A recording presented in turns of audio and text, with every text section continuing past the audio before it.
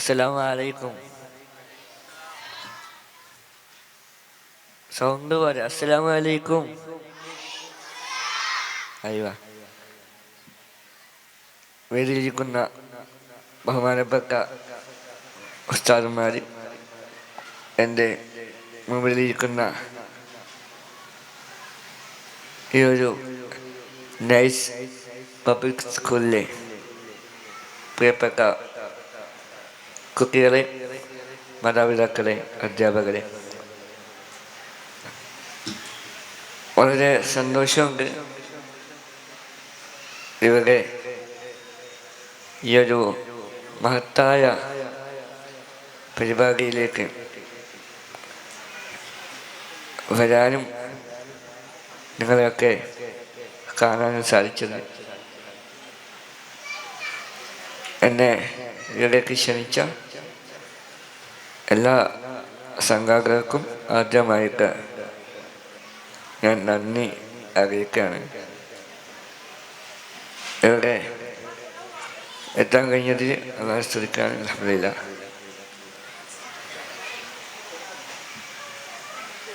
ഇന്ന് ഞാനിവിടെ വന്നപ്പോഴാണ് ഇവിടുത്തെ കുട്ടികളുടെ പ്രത്യേകത എന്താണെന്ന് എനിക്ക് മനസ്സിലാക്കാൻ വേണ്ടിയിട്ട് സാധിച്ചത്. എനിക്ക് തോന്നുന്നു ഇവിടെ തൊപ്പിയിട്ടിരിക്കുന്ന നല്ല വെള്ള വസ്ത്രം ധരിച്ച കുട്ടികളൊക്കെ ഒരു ജുസ് മനഃപ്പാഠമാക്കിയിട്ടുണ്ട് എന്നാണ് തോന്നുന്നത്. ആണോ? അതെ, ഖുർആനിലെ ഒരു ജുസ് മനഃപ്പാഠമാക്കിയ മിടുക്കരായ കുട്ടികളാണ് ഇവിടെ എൻ്റെ മുമ്പിൽ ഇരിക്കുന്നത്. അപ്പം അതിലേറെ സന്തോഷിക്കുകയാണ് ഞാൻ. കാരണം ഈ ലോകത്ത് നമുക്ക് നേടിയെടുക്കാൻ പറ്റാവുന്ന ഏറ്റവും വലിയ അച്ചീവ്മെൻ്റ് എന്ന് പറയുന്നത് അള്ളാഹിൻ്റെ പരിശുദ്ധമായ കലാമ് പൂർണ്ണമായും പഠിച്ചെടുക്കുക എന്നുള്ളതാണ്. അതാണ് ഏറ്റവും വലിയ നേട്ടമായിട്ട് ഞാൻ കാണുന്നത്. അൽഹംദുലില്ലാഹ്, അള്ളാഹിൻ്റെ അനുഗ്രഹം കൊണ്ട് എനിക്കും ഒരു ഹാഫിളാകാൻ പറ്റി.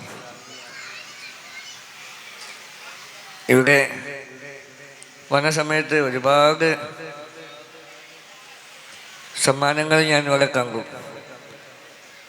അതിലൂടെ എനിക്ക് മനസ്സിലായി ഇവിടെ ഇരിക്കുന്ന ഓരോ കുട്ടിയും നല്ല കഴിവുള്ള കൂട്ടുകാരാണ് എന്നെനിക്ക് മനസ്സിലാക്കാൻ പറ്റി. അല്ലാഹു തആല ഈ ലോകത്തോട്ട് പകച്ചു വിട്ട ഓരോ മനുഷ്യനും ഓരോ ജീവജാലങ്ങളും വ്യത്യസ്തമായിട്ടുള്ള കഴിവുകളോടും കുറവുകളോടും കൂടിയിട്ടാണ് ഈ ലോകത്തോട്ട് വന്നിട്ടുള്ളത്. അതിൽ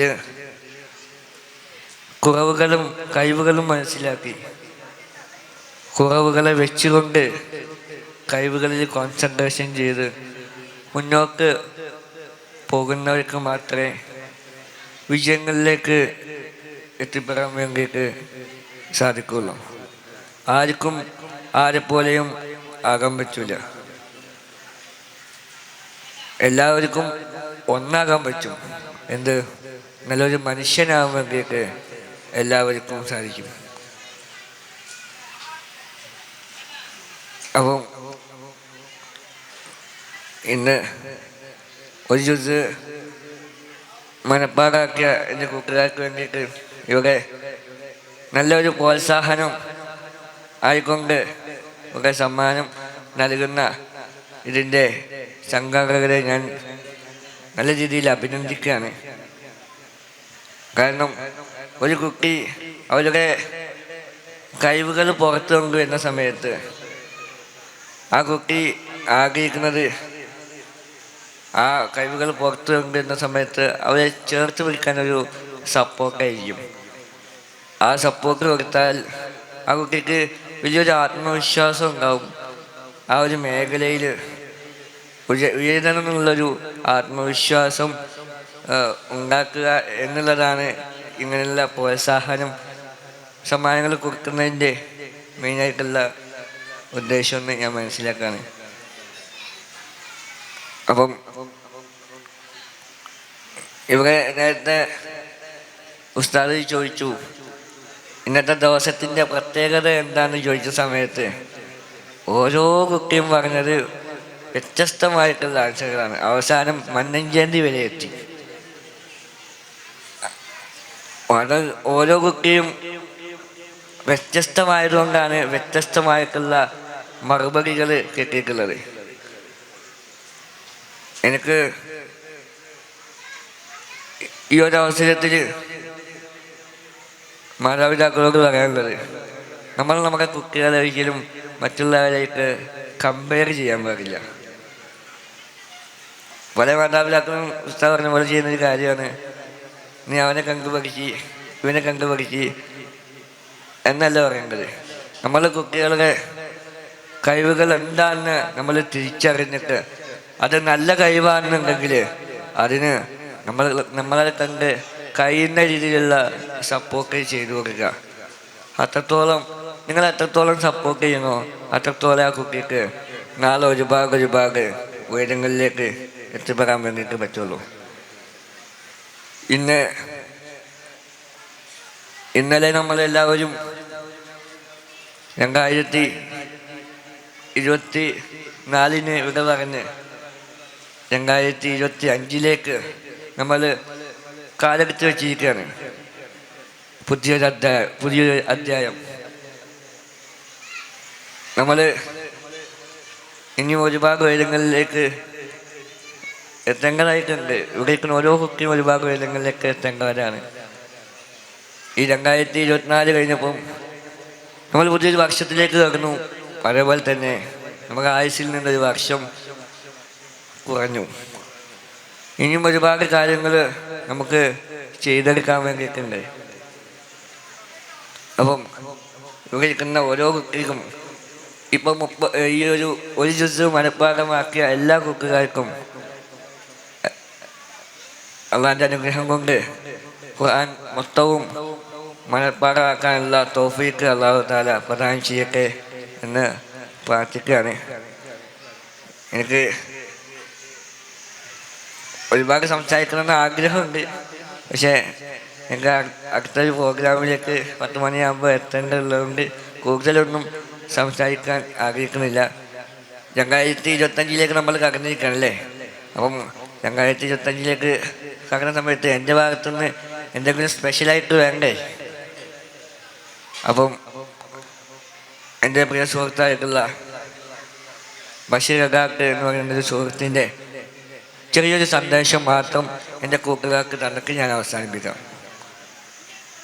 നിങ്ങളെല്ലാവരും ഒന്ന് നെഞ്ചിൽ കൈവെക്കാൻ പറ്റുമോ?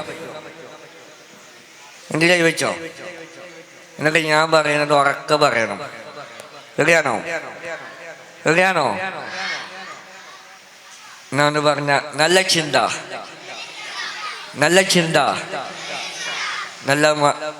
നല്ല വാക്ക്, നല്ല പ്രവൃത്തി. നല്ല ചിന്ത, നല്ല വാക്ക്, നല്ല പ്രവൃത്തി. നല്ല കേരളീയൻ, നല്ല ഇന്ത്യക്കാരൻ,